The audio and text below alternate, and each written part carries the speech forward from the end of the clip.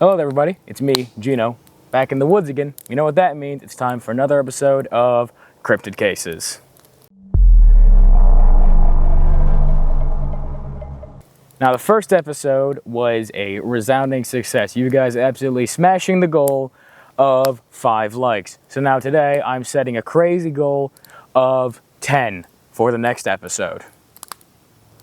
Anyways, with the first episode focusing on my home state's most famous cryptid of the Loveland Frog, and my goal for this series so far just being covering each state's most famous cryptid one at a time, I figured it only makes sense to head southeast to our neighbor, West Virginia. Which West Virginia has many famous cryptids, but as I said, I'm only focusing on one per state, so I picked their most famous, the Mothman. Now, let me set the scene. Point Pleasant is a small town on the border of the Ohio River in Mason County, West Virginia. The year is 1966, and 2 couples, Roger and Linda Scarberry and Steve and Mary Millette, are driving the rural roads outside of Point Pleasant near an area known as the TNT area, which is a former World War II munitions depot. This is when a large, 7-foot-tall creature with a 10-foot wingspan would land in front of them and stare at them with these piercing red eyes.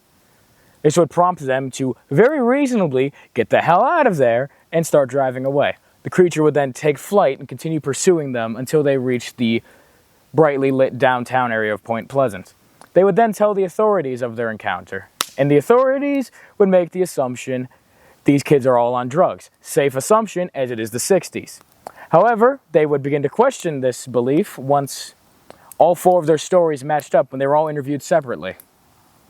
And then shortly after this, the sightings began flooding in. People in Point Pleasant and the surrounding areas all citing the same creature.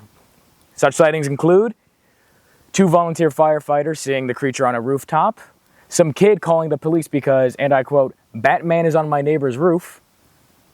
A local contractor named Newell Partridge would see the creature in a field. Shining a flashlight on it, its eyes would reflect back a piercing red color.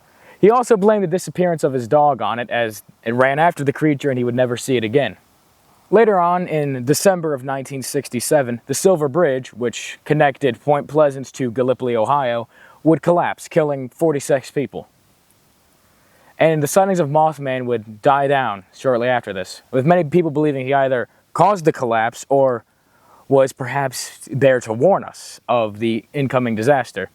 As this pattern would continue, with many people claiming to have seen him in Moscow leading up to the 1999 apartment bombings, and in Manhattan leading up to 9/11.